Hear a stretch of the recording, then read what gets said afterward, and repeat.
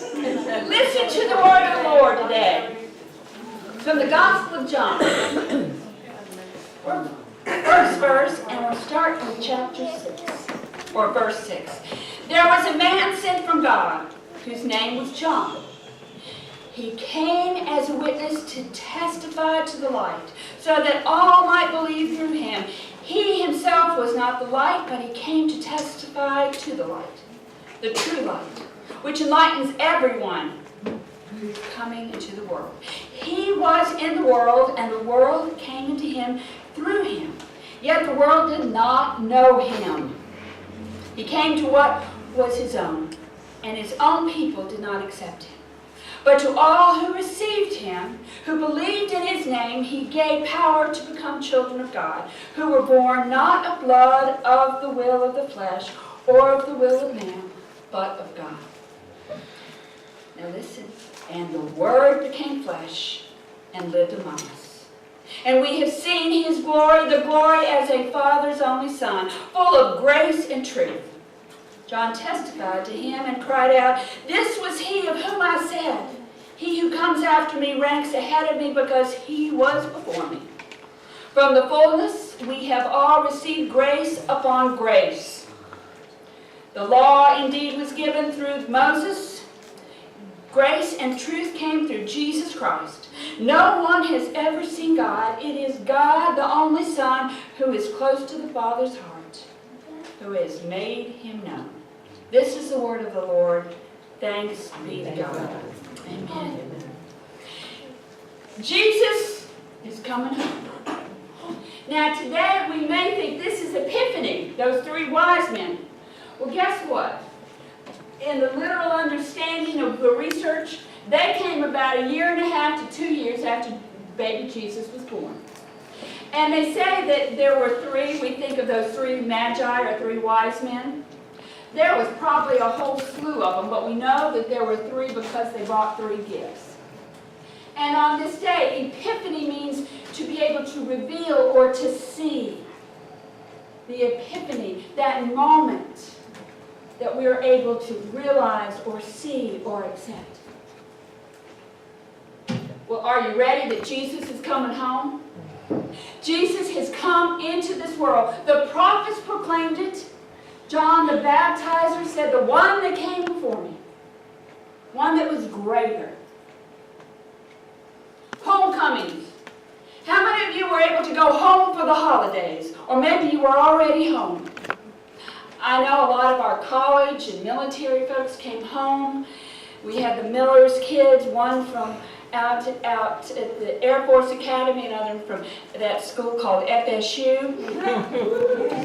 And so many others and families that came home or went away to visit others.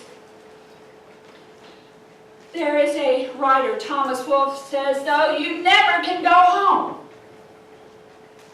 But we know Dorothy from The Wizard of Oz says, there's no place like home. There's no place like home. So click your heels. Jesus went home, and even though he grew up in that place called Nazareth, they did not know him and they did not welcome him. How are we on this first Sunday of the year going to welcome Jesus into our lives? Jesus is wanting to come home. But will we receive him not?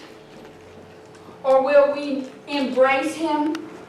How will you embrace Jesus for the new year? It's not easy.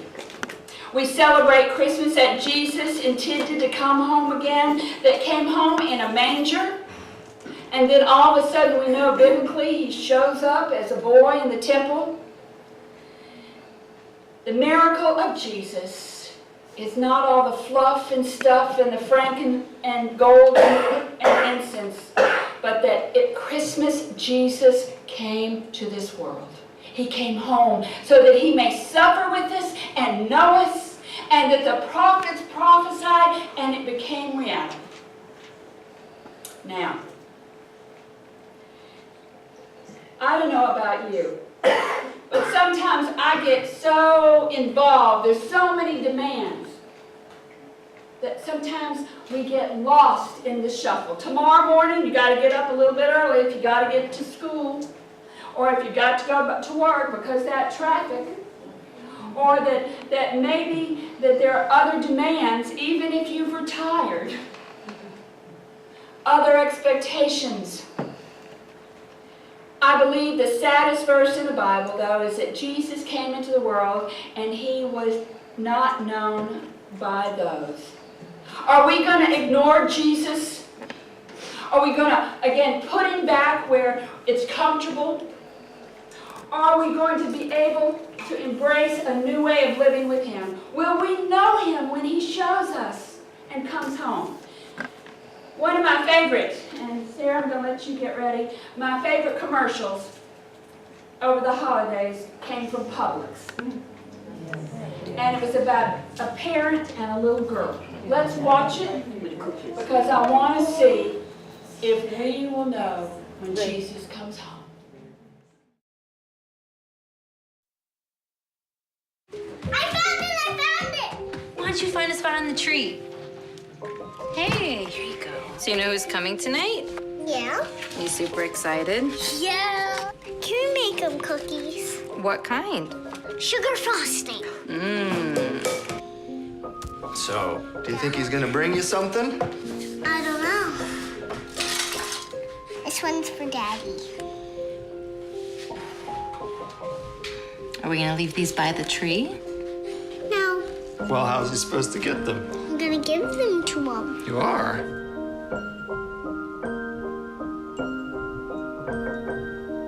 He's here! I made these for you. Oh, thank you, sweetie. I love you, Grandpa. Merry Christmas from Publix, where shopping is a pleasure. Christmas from Publix, where shopping is a pleasure. Merry Christmas from Jesus Christ. For me, that child can show us who Christ is. Where those around may be confused about what he was all about. But that little girl knew exactly who she was going to welcome and embrace. Those around her world didn't.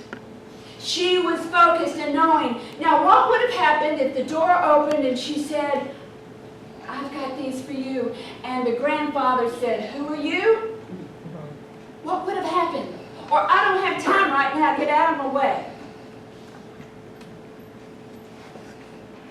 I remember when my mother had Alzheimer's.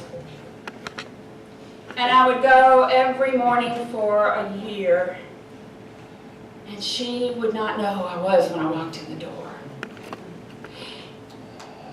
And it would hurt, but we decided, she and I together, and Dad, that every morning when I came in, he would sit beside her and say, your friend is coming. Who do you think it is?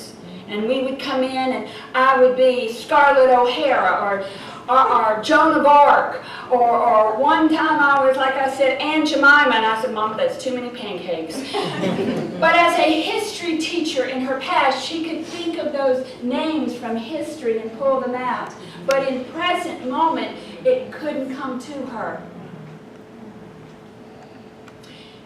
But after a time, she would look over at me, and I could see it coming back, and she'd say, you're my daughter, aren't you?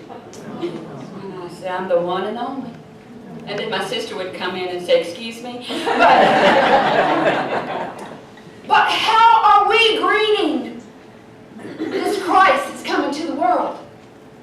How are we ready to embrace like this child and grandfather? Are we going to hug and embrace Jesus? Are we going to, yes, maybe we have Alzheimer's or dementia when it comes to Jesus. As we begin, the power of Jesus' grace, that we are all children of God, that we are all given grace, that those can believe in his name, in Jesus' name, but sometimes we're not ready, are we? Or sometimes we feel unprepared. or that we feel undeserving, or even angry that we don't want to, or maybe we say, not now, Jesus, later, when I've got more time. We're too caught up. But guess what? Jesus will wait. Jesus will wait for us and be ready at any moment to come home. This church is going to be a place, and has been for 110 years, for people to come home to Jesus. But it's not a place, it's a space in your heart. But it can begin here. So I'm going to ask you to take the insert in your bulletin or on the screen, because as we begin this new year, that we recommit, or maybe commit for the first time, your covenant and your conviction. I know I can tell you when I went to the altar and committed my life to Christ the first time. I was 12, or almost 13, and boy, I knew I was in lots of trouble. And I needed help. But there have been conversion moments throughout my life, and every year a recommitment. Today we commit.